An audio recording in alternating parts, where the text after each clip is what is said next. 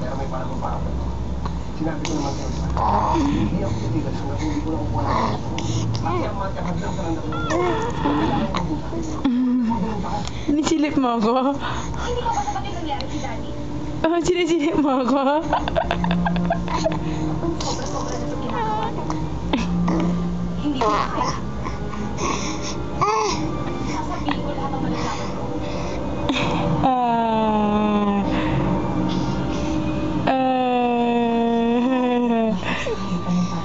Hindi ko alam kung hanggang makawala sa kanya. Hindi pwedeng ganun ang buhay. Hindi pwedeng makulong ko. Paano natin matatagpuan si Mara? Mara? Ang gusto na, kailangan ko ng buhay. Bakit? Buhay nga si Mara. Magkita ko na tayo. Nay?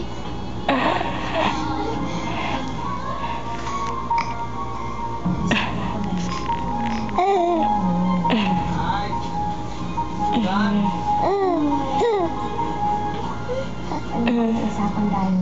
Pero kailangan ko ito. Kailangan ko ng pamilya.